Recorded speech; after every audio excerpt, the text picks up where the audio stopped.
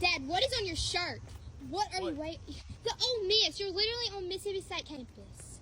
And you're gonna get knocked upside your head with a cowbell. What are you thinking? I'm not gonna get hit upside the head with a cowbell. You have to go in the field today, and you're literally wearing an Ole Miss shirt. Well, if I get booed, I have been booed before in my lifetime. I promise. People are gonna boo you like crazy. Look, I love you, Presley, but this is who I am, and I'm just gonna be honest with you. Like, nothing's gonna make me change shirts. Like, I'm wearing this on the field. I'm sorry. Whatever. Dad, please change. Please. Please. Actually, please just change. Hey, Dad. What? Thanks for changing shirts. I love you. I'm still not ringing a cowbell.